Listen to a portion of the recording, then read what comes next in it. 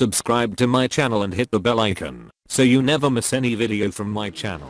کتنے فساد نہ ہو, کتنے ڈائیورس جو ہیں وہ فیملیوں میں چھوٹی سی بات پہ ہو جاتی ہیں, کوئی بات ہی نہیں ہوتی. بعد میں اگر آپ بیٹھے ایگزامن کریں تو کوئی بات ہی نہیں تھی, کبھی کھانے پہ, کبھی اس پر, کبھی وہ میری ممی کے یہاں جانا ہے, کبھی اس نے اپنی بہن کے یہاں جانا ہے, کبھی اس پہ جانا ہے. وہ تھوڑا زندگی ایسی ہے عزیزان محترم, کبھی آپ پیشنس کریں, کبھی وہ پیشنس کرے.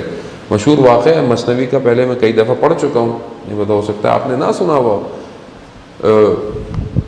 مولانا رومی کی مثنوی ہے, انہوں نے اس کے اندر اس کو حکایت کو بیان کیا ہے کہ ایک گاؤں تھا, ولیج تھا, اس میں ایک شخص فارمر تھا, اس کے بہت سارے سوالات تھے اس کی زمین کے بارے میں, اسپریچول, نماز اور عبادت کے بارے میں.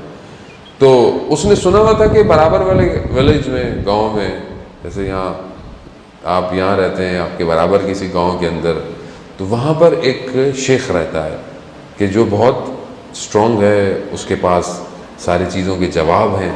تو اس نے انتظار کیا کہ اس کی جو فصل ہے, جو گندم کرتا تھا, یہ ہٹے ہو جائے. یہ جاتا ہے اس ولیج اور جا کر پوچھتا ہے کہ یہ شیخ کہاں رہتا ہے. تو شیخ کے گھر پہنچ جاتا ہے, دروازہ نوک کرتا ہے, تو اندر سے خاتون لیڈی باہر آتی ہیں. لیڈی عورت سے پوچھتا ہے کہ شیخ کدھر ہے, تو کہتی ہے کون شیخ, کہاں کا شیخ. یہ عجیب سا ہو جاتا ہے, کہتے کوئی شیخ ویک نہیں ہے یہاں پہ, کسی کام کا نہیں ہے, وہ یہ وہ کر گیا. بڑا عجیب سا ہوتا ہے, کہتے میں تو بڑا وہ سمجھ کے آیا تھا. خیر وہ جاتا ہے, ایک روٹی بریڈ کی شاپ ہوتی ہے, اس سے پوچھتا ہے, تو وہ کہتا ہے ہاں شیخ جو ہے وہ اوپر گیا ہوا ہے, جنگل, فارسٹ, وہ لکڑیاں وڈ لے کر آتا ہے, وہ مجھے بیچتا ہے, میرا یہ تندور چلتا ہے اور اس کا زندگی جو ہے وہ چلتی ہے. تو کہتا ہے کہاں ملے گا, کہا جنگلوں میں, فارسٹ میں جاؤ. جب وہ جاتا ہے تو دیکھتا ہے کہ ایک بہت ہی نازک سا شخص جو ہے وہ آ رہا ہے, اور اس کے برابر میں ایک شیر, ایک لائن آ رہا ہے, اور اس لائن کے اوپر لکڑیاں رکھی ہوئی ہیں. اب یہ گھبراتا ہے, کہتا ہے یہ شیر اور یہ. اب وہ دیکھتا ہے, بولتا ہے آپ, میں شیخ صاحب کو ڈھونڈ رہا ہوں. کہہ رہا میں ہی ہوں. کہہ رہا ہے مجھے آپ سے کچھ سوالات ہیں. کہہ رہا بیٹھ جاؤ.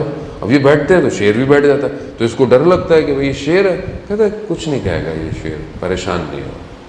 اب یہ اپنے سوالات پوچھتا ہے, اپنی زمین کے بارے میں, اپنے چیزوں کے بارے میں, اپنی عبادت, اپنا سول, ہر چیز پوچھتا ہے.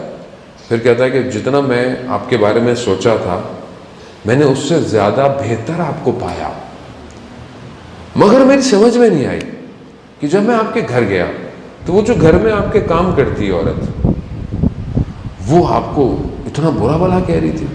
تو اس نے بولا بھائی تھوڑا آپ آرام سے بات کریں, وہ میرے گھر میں کام کرنے والی نہیں ہے, وہ میری وائف ہے.